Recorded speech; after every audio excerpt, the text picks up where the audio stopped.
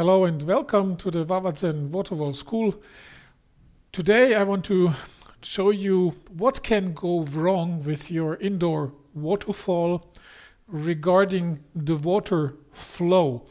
I have created a mind map today regarding all the topics that can go wrong. So today I'm only talking about what can go wrong with the water flow, but the topics in general are water flow, pumping, planning, illumination, production,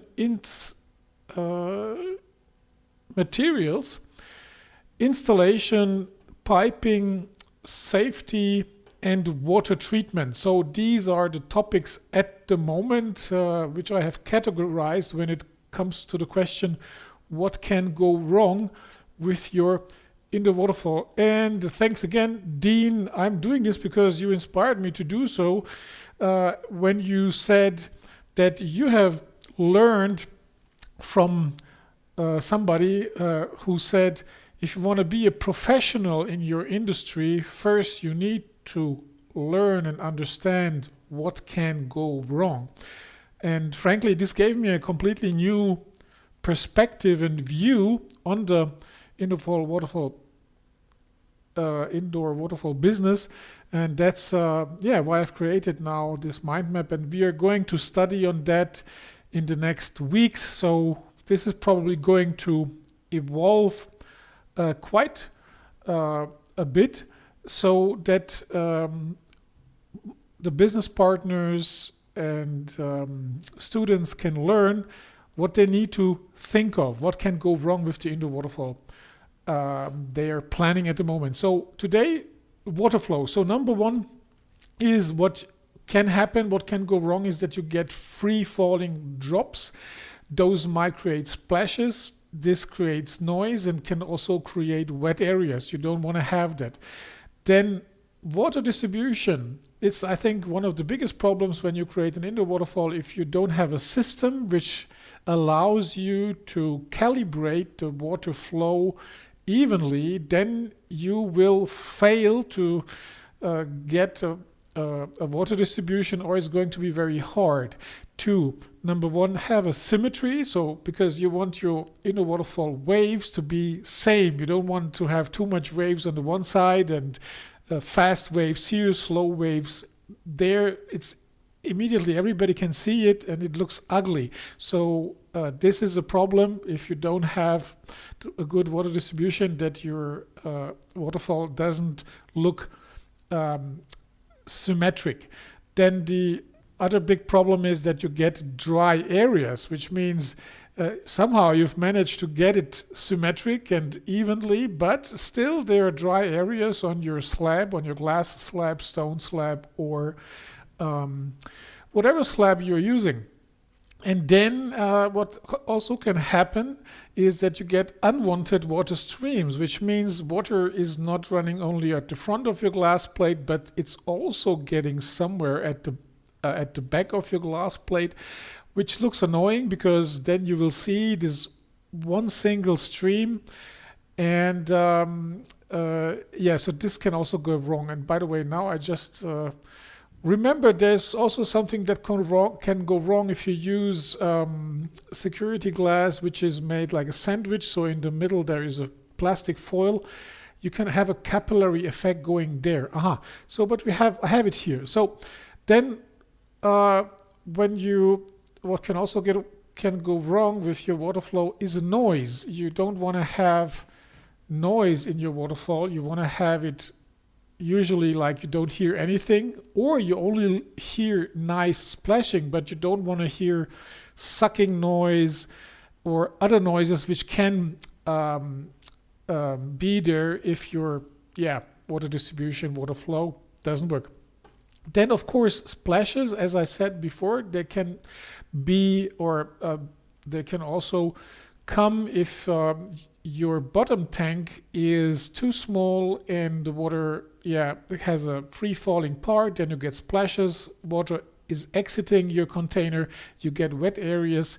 This is also something you don't want. Then the capillary effect, yes, it can go between glass plates after a period of time, but what also can happen pretty fast, and I've had this quite recently, some months ago, when I supported somebody planning a very big waterfall. It was acrylic slabs stacked on each other, and I warned him and I said, this can create a capillary effect, and indeed it happened, which means the water, it was running on the front, but at the joints, because of the capillary effect, it went to the back of these transparent slabs, and then again you have seen unwanted streams at the back of the glass plates, acrylic plates.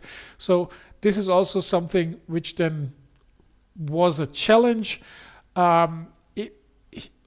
This challenge was mastered, but it was a challenge, and of course frustration comes up, and fear: can I manage this, or do I have to disassemble the whole thing? Very heavy slabs, everything is already packed and wrapped, and how can I fix it? So this can go wrong if you don't consider the capillary effect. It can be really ugly. It's such a tiny thing, but it creates small streams that make the whole thing, number one, ugly, and of course capillary effect can make the water escape, which then on a longer period of time can create water damage. You don't want to have that. Then air bubbles, it's also a problem, because if your water flow somehow allows the water to build air bubbles, then these might explode.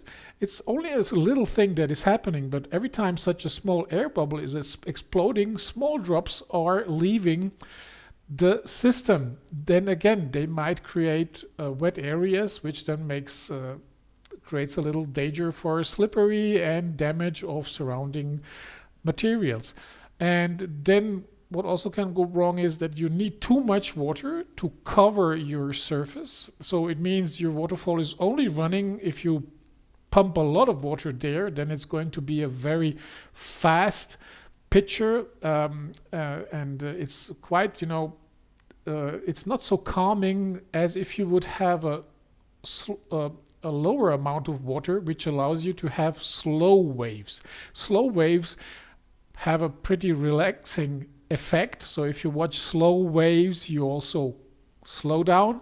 But if you watch a very fast waterfall, then you cannot relax as much as if you would watch a slow waterfall. So that's also something which can go wrong if you cannot adjust the water flow, and your waterfall can only run on fast mode instead of relaxed mode.